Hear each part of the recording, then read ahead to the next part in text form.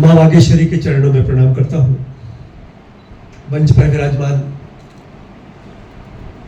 रविंद्र जी भाई साहब, बहन श्रद्धा जी, भाई राजेश सुराणा जी, सुनील जी सौम्य, हर्ष, मन, ऐसे अनेक नाम जो श्रद्धा से अभिभूत कर देते हैं।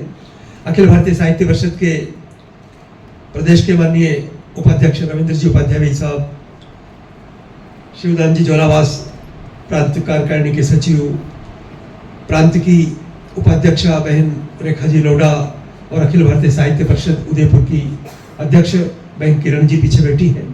साहित्य परिषद के और साहित्य परिषद अहमदाबाद के जितने भी कार्यकर्ता पदाधिकारी यहाँ हैं, मैं सबको प्रणाम करता हूँ और कम समय में अधिक बात कह दूं, माँ से प्रार्थना करूंगा वो मुझसे कहलवाएं।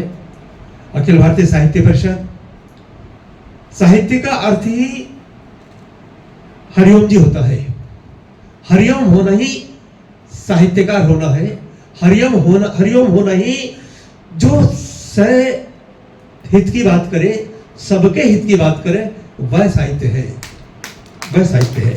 और इन अर्थों में जब हम बात करते हैं तो अखिल भारतीय साहित्य परिषद 1965 से अनवरत इसी दिशा में काम कर रही है। साहित्य परिषद का कार्यकर्ता ये मानता है मैं पहले व्यक्ति हूं, मैं पहले मनुष्य हूं, उसके बाद सब कुछ हूं। और जब मैं पहले व्यक्ति हूं, मनुष्य हूं, तो मनुष्य होने के नाते एक मनुष्य में जो होना चाहिए, दया धर्म का मूल है, पाप मूल अभिमान, तुलसी दया न छोड़िए, जब लगी घट में प्राण, धार्यति इति धर्म, जो धारण किया जाए वह धर्म है और जो धारण योग्य है वही धर्म है। इसीलिए हमारे यहाँ शास्त्रों में 4 महत्वपूर्ण शब्द हम प्रचलन में, चर्चा में, जो सारस्वत मनीषी हैं, जो उस क्षेत्र के उद्भट विद्वत्ता रखते हैं, वे लोग कहते हैं 4 महत्वपूर्ण शब्द हैं। और 4 जो शब्द हैं, सत्य, दया, तप, शुचिता, ये सब पर लागू होते हैं। यहाँ बोलने वालों पर भी, सुनने वालों पर भी, हमारी संस्थाओं पर भी, हमारे परिवार पर भी, हमारे राज्य राष्ट्र पर भी, हमारे शासकों पर भी ये लागू होते हैं। ये 4 शब्द, ये 4 तत्व जिसे हम कहेंगे, सत्य, दया, तप, शुचिता, जहां नहीं है वहां फिर छल आ जाता है, वहां पाखंड आ जाता है, वहां फरेब आ जाता है, वहां चापलूसी आ जाती है, वहां चालाकी आ जाती है। और जहां जहां ये सब आ जाते हैं वहां वहां धर्म नहीं रहता। इसलिए धर्म कोई संकीर्ण शब्द नहीं है, धर्म का बहुत बड़ा व्याप है। इसीलिए तो भारतीय साहित्य परिषद का तो ध्येय वाक्य है, सत्यमेव जयते, सत्य की विजय हो, इसके लिए हम सब काम कर रहे हैं। सत्य की विजय हो, इसके लिए साहित्य परिषद ही काम नहीं कर रही है, इसके लिए हम सबको काम करना है। सत्य की विजय हो, इसके लिए काम कर रहे थे, इसलिए हरिओम जी यहाँ तक पहुंचे हैं। सत्य की विजय हो, इसलिए गुजरात की संस्था काम कर रही है, इसलिए संस्था यहाँ तक पहुंची है। और सत्य की विजय के लिए ही जब कुलगीत विश्वविद्यालय का गाया गया, तो उस कुलगीत की एक एक पंक्ति को जब मैं सुन रहा था एक श्रोता के रूप में, तो वो चित्र मेरे सामने खड़ा था। वो चित्र हम सब के चित्रांकन के लिए विभिन्न कार्यक्रमों में आ जाना चाहिए, क्योंकि जितने भी सत्रों में जिस जिस विधा में हम बैठने वाले हैं, वह सब विधाएं अगर हमारे आत्म तत्व को मजबूत करती है, हमारे स्वयं को पहचानने में हमारी मदद करती है, तभी उन कार्यक्रमों की और उन कार्यक्रमों में सहभागी होने वाले श्रोताओं की और वक्ताओं की उपादेयता सिद्ध हो सकती है। और इस अर्थ में जब हम विचार करें तो बहुत सारी बातें निकल करके आएंगी। 2-3 छोटे से उदाहरण देकर अपनी बात को आगे बढ़ाऊंगा। मुझे याद है पंडित हजारी प्रसाद द्विवेदी का एक संस्मरण जो बचपन में सुना था, अब तक भी मुझे मैंने संजो कर रख रखा है। द्विवेदी जी स्कूल में जन्म लिया, साहित्य के सब लोग जानते हैं। नदी से स्नान करके आ रहे थे, कंधे पे धोती थी, हाथ में लोटा या रामझारा था। एक बहन जो सुबह सुबह सफाई करने के काम में, जो बहन या जो भाई आज भी सफाई के काम में अपना सहयोग करते हैं, स्वच्छ रखने के काम में जो लोग लगे हुए हैं, जिनको स्वच्छता प्रहरी कहते हैं, ऐसे ही स्वच्छता का काम एक बहन कर रही थी। द्विवेदी, युवक द्विवेदी वहां से निकला, देखा कि धूल साफ हो रही है और बहन अचानक गिर पड़ती है। देखने पर पता लगता है सांप ने उसको डस लिया है, द्विवेदी जी तत्क्षण वहां रुक जाते हैं, अपना कंधे पे रखा हुआ जो वस्त्र था उसको नीचे डालते हैं और दादाजी के द्वारा कही बातें, परहित सरिस धर्म नहीं भाई, पर पीड़ा सब नहीं अधवाई, उस तरुण युवक के दिमाग में आ जाती है इस समय सांप ने काट लिया है, ये मेरा धर्म क्या है। और तत्क्षण रामझारे को नीचे रखते हैं, कंधे में पहनी हुई जनेऊ को निकालते हैं, यज्ञोपवीत के टुकड़े करते हैं और उस बहन को जहां अंगूठे में सांप ने डंक मारा था वहां बंद लगाते हैं और बंद लगा के अपने दांतों से उसका विष निकाल देते हैं। यह है सामाजिक समरसता जो साहित्य का सबसे बड़ा धर्म है। हमें आज के समय की जरूरत है। समाज में हम चूंकि हम साहित्य के लोग हैं, हम साहित्य की बात के माध्यम से निकाल कर लाए, ये है हमारा साहित्यकार। तब जाके द्विवेदी जी पुनर्नामा लिख पाते हैं, बालभट्ट की आत्मकथा लिख पाते हैं। विषय लंबा ना हो इसलिए मैं इसको यहीं विराम दूंगा। मुझे मृदुला सिन्हा जी की भी एक लघु कथा याद है, आप सबने पढ़ी होगी, बड़ा नाम है मृदुला जी का, बहुत मातृत्व जिनमें, जिनके व्यवहार में, जिनके आचरण में झलकता था। ऐसी मृदुला जी जब एक लघु कथा लिखती है, उसका सारांश प्रकट करता हूँ। एक सामान्य सा भील मामा परिवार होता है और उसका पति, रविवार का दिन है, वो कहती है घर चूल्हे घर में कुछ नहीं है, कलस्तर खाली है, सब्जी नहीं है, आटा नहीं है, दाल नहीं है, क्या करें, बच्चे भी उठेंगे तो कुछ खाने के लिए मांगेंगे। वो कहते हैं मैं जाता हूँ, अभी जाता हूँ, आज दिहाड़ी देने का दिन है, ठेकेदार चौराहे पर आएगा, मैं दिहाड़ी लेकर आता हूँ। जाता है साइकिल से, 1 घंटा निकल जाता है, 2 घंटा निकल जाता है, बच्चे जाग जाते हैं, कहते हैं माँ, जीजी, जो भी संबोधन होगा, भूख लग रही है, कुछ खाने का दीजिए। वो कहती है हाँ हाँ अभी कुछ देती हूँ। निरीक्षण होती है। फिर बच्चे कहते हैं भूख बहुत जोर से लगी है, तो चूल्हे में लकड़ियां लगाती है, चूल्हे को जलाती है, तपेली में पानी भरती है, तपेली को ढक्कन से ढक देती है, बच्चों से कहती है बच्चों अभी कुछ तैयार हो रहा है, अभी कुछ मिलेगा। वो निरक्षर बहन तो विमर्श वामपंथियों ने खड़ा किया, नारी अबला है, नारी कुछ नहीं कर सकती। मृदुला जी उनका जवाब देती है और वो बहन पड़ोस के घर में जाती है और बड़े स्वाभिमान से कहती है मेरे पति मजदूरी लेने गए हैं, बच्चों को कुछ खिलाना है, आप ऐसा कीजिएगा, मुझे 1 कटोरी चावल और दाल दे दीजिएगा, जैसे ही वो आएंगे मैं वापस लौटा दूंगी। दूसरे घर में जाती है, कहीं ना होता है कहीं हाँ होता है, वो दाल और चावल का जुगाड़ बिठा लेती है। जुगाड़ शब्द में चाह करके प्रयोग कर रहा हूँ क्योंकि उसके दिमाग में था मेरे बच्चे भूखे हैं, उन्हें भोजन चाहिए। उबलते हुए पानी में चावल डालती है, दाल डालती है, खिचड़ी तैयार हो जाती है, बच्चों को खिलाती है। 12 बज जाता है, 1 बज जाता है, 2 बज जाता है, दिहाड़ी लेने वाला पति नहीं आता है। थका हारा शाम को 7 बजे तक आता है और कहता है क्या करूं, वो ठेकेदार आए ही नहीं, पसीना पसीना है और बड़ा उदास निराश। तो कहती है कोई बात नहीं, बैठिए। बच्चों को भोजन करा चुकी थी, बचा हुआ जो खिचड़ी है वो अपने पति को खिला देती है। यह है भारत की नारी, इतनी सबला है भारत की नारी। ये मृदुला जी विमर्श स्थापित करती है। ये विमर्श आपको, मुझको, सबको स्थापित करना है, तभी भारत बंधुओं भारत बचेगा और तभी हम ये कह सकेंगे ये भारत मेरी माँ है, मैं इसका पुत्र हूँ। ये हमें आचरण में लाना पड़ेगा। ऐसे अनेक बातें हैं जो आपको और हमको आज यहाँ, चूंकि भारत में भारतीय साहित्य में राष्ट्रीय बोध, वो राष्ट्रीय बोध हम सब में तब विकसित होगा जब हम जो कहेंगे वो करेंगे, जो करेंगे वो ही कहेंगे। कथनी करनी में एक रूपता होना अनिवार्य है और ये अनिवार्य होने के लिए हमको, मैंने शुरू वहां से किया था, हरिओम होना पड़ता है और हरिओम होने के लिए तदात्म भाव चाहिए। तदात्म, जो मैं हूं वो आप हैं, जो रविंद्र जी हैं वो यश जी हैं, वो बहन जी हैं, वो किरण जी हैं, वो शिवदान जी हैं। जब तदात्म भाव हो जाएगा फिर प्रतिस्पर्धा भले होगी लेकिन सकारात्मक होगी, ईर्ष्या नहीं होगी, राग नहीं होगा, द्वेष नहीं होगा, घृणा नहीं होगी, नफरत नहीं होगी, टांग खींचने की प्रवृत्ति जन्म नहीं लेगी।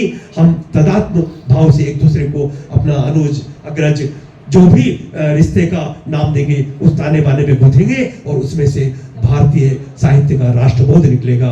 और भारतीय साहित्य का राष्ट्रबोध समझाने के लिए बड़ी बड़ी बातें करने की जरूरत नहीं है, बहुत छोटी छोटी बातें हमारे महापुरुष समझा कर गए। और मैं आपको कहना चाहता हूं, हमारे पूर्वज, हमारे बड़े हमसे कहते हैं जो प्राचीन है उस पुस्तक को जरूर पढ़िए, प्राचीन साहित्य को पढ़िए तो आपको अपना गौरव समझ में आएगा, आपको क्या लिखना है उसकी दिशा मिलेगी। और विज्ञान समझ रहा है तो नवीन जो टेक्नोलॉजी है उस नवीन टेक्नोलॉजी को से अपडेट रहिए तो आपको विज्ञान समझ में आएगा। हम ज्ञान विज्ञान धर्म सबका समन्वय करें और जब सबका समन्वय हो जाएगा तो मैं आपको विश्वास के साथ कहता हूं हम इस भारत को जहां ले जाना चाहते हैं, विश्व गुरु के सिंहासन पर मां करती थी बैठी जग का शासन, काल चक्र की गति से वे टूट गया सिंहासन, अपना तन मन धन देकर हम पुनः करें संस्थापन, हम करें राष्ट्र आराधन, हम करें राष्ट्र आराधन। और मैं आपको यह भी कहना चाहता हूं कि हम अपनी सीमाओं का, अपने अनुशासन का, अपनी मर्यादा का जरूर ध्यान रखें। हम उस कुल के हैं जिस कुल के लोग निराला के रूप में राम की शक्ति पूजा लिखते हैं। हम इस कुल के हैं जिस कुल की बेटी सुभद्रा कुमारी चौहान बनकर बुंदेले हर बोलो के मुंह हमने लड़ी कहानी थी ये लिखती है। हमें हमारी कुल की परंपरा का ध्यान रहना चाहिए और जब कुल की परंपरा का ध्यान रहेगा तो निश्चित रूप से मैं मानता हूं हम वह सब कर पाएंगे जिसके लिए यहाँ हम आए हैं। मुझे याद है ये उदयपुर की धरती ये वीरों की धरती है। ये वह धरती है मीरा के पावन भजनों को श्रद्धा से गाया जाता। मीरा के पावन भजनों को पूरे राजस्थान का इसमें व्याप आएगा।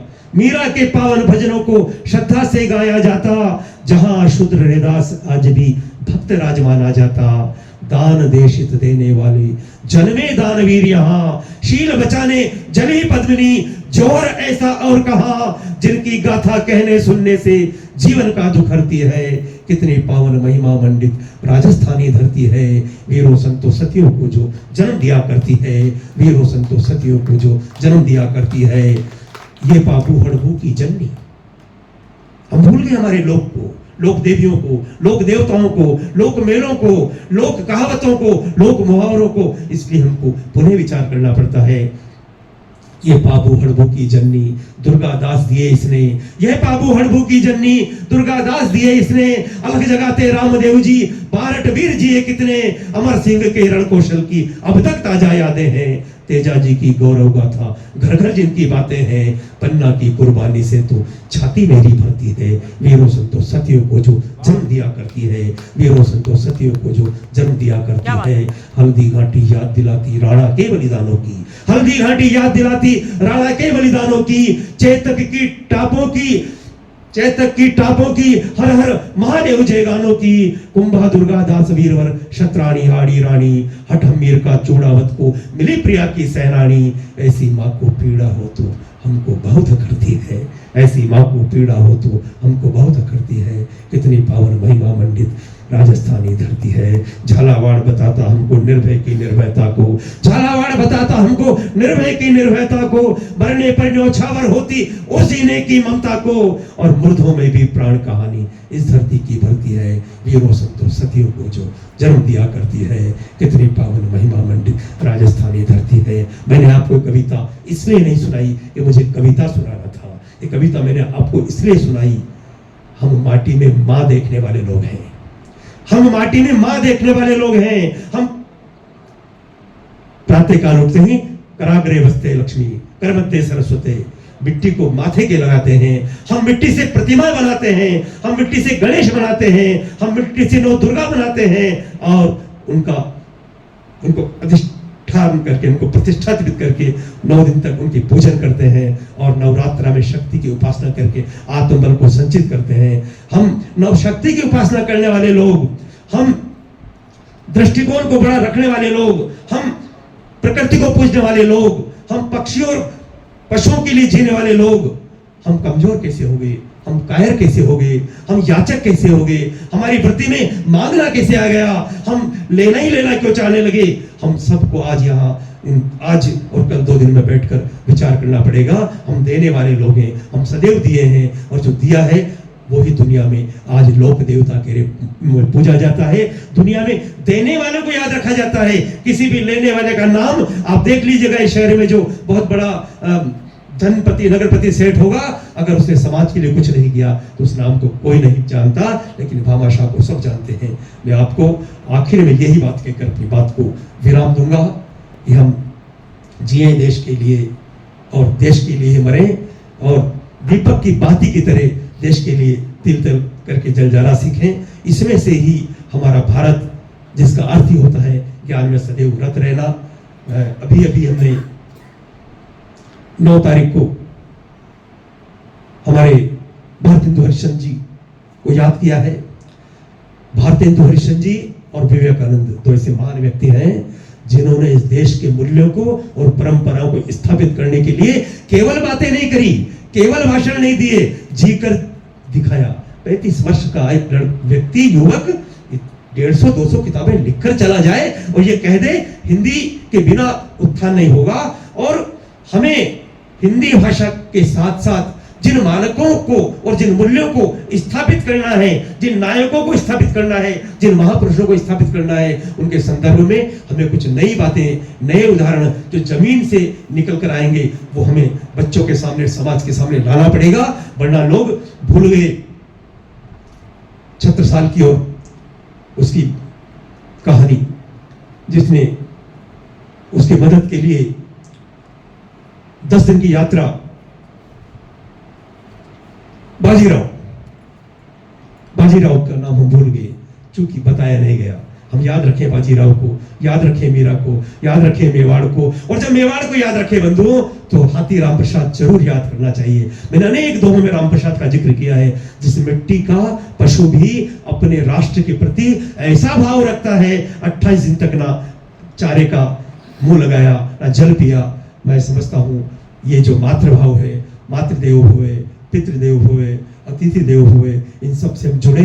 प्रकृति के 5 तत्वों को जो हमारे अंदर है, बाहर की प्रकृति और आंतरिक प्रकृति दोनों में साम्यता बिठा दें। और दोनों में साम्यता जब बिठा देंगे तो फिर सब भेद खत्म हो जाएंगे। और जब भेद समाप्त हो जाएंगे तो फिर हमारा जो पंच परिवर्तन का लक्ष्य है, जो पंच परिवर्तन के 5 सूत्र हैं, वो समरसता का हो, भाव हो, वो कुटुंब प्रबोधन का हो, वो पर्यावरण संरक्षण का हो, वह स्वयं का स्वत्व का विचार हो, वो चाहे फिर विश्व कल्याण की बात हो, इन सब को हम कर सकेंगे। उस स्वयं को हम जाने, स्वयं को जगाएं। और स्वयं को जगाना ही पड़ेगा, आज नहीं तो कल स्वयं को जगाए बगैर काम नहीं चलेगा। और वो स्वयं है कि हम सब किसी केंद्र के हिस्से हैं, हम सब केंद्र के हिस्से हैं।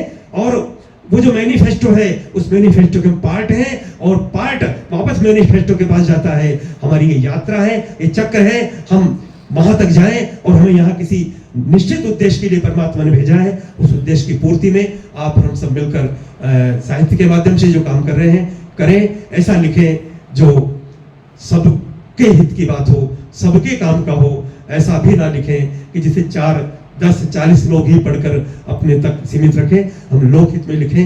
ये मैं समझता हूँ कि जो मैंने शुरू में वो जो बोली थी तुलसीदास जी का एक दोहा, वो वापस बोलकर अपनी बात को विराम दूंगा कि दया धर्म का मूल है, पाप मूल अभिमान, तुलसी दया ना छोड़िए जब लगी घट में प्राण। और इसको बोलते ही मुझे एक बात और याद आती है। हम पढ़ते तो हैं, बड़ी प्रार्थना भी करते हैं, पर उनके भावों को नहीं समझते। और भावों को नहीं समझने के कारण बहुत सारी गड़बड़ें पैदा हो जाती है। इसलिए हम जो भी पढ़ें, चाहे हम रामायण स्तोत्र पढ़ें, हम रामचरितमानस पढ़ें, वाल्मीकि रामायण पढ़ें, या श्री कृष्ण सरल के द्वारा लिखे हुए खंडकाव्य पढ़ें, उन सब के भावों को समझें। जब भावों को समझेंगे तो भाव में भगवान होते हैं। और जो भाव में भगवान होते हैं वो कभी भी हमको असत्य के रास्ते पर नहीं ले जाते। इसलिए मित्रों, बहनों, मेरे समय सबसे मेरा आग्रह है कि हम सत्य के रास्ते पर चलने के लिए जो दृढ़ राखे धर्म को ताहि राखे करतार, इस भाव के साथ इस शाश्वत कार्यक्रम में अपनी उपस्थिति देंगे। मुझे यहाँ बुलाया, सम्मान दिया, इसके लिए मैं भारतीय साहित्य परिषद अहमदाबाद और विश्वविद्यालय के पूरे कुलपति महोदय और साथ में यूनिवर्सिटी का जो पूरा परिवार है, सबका बहुत बहुत धन्यवाद प्रकट करता हूँ।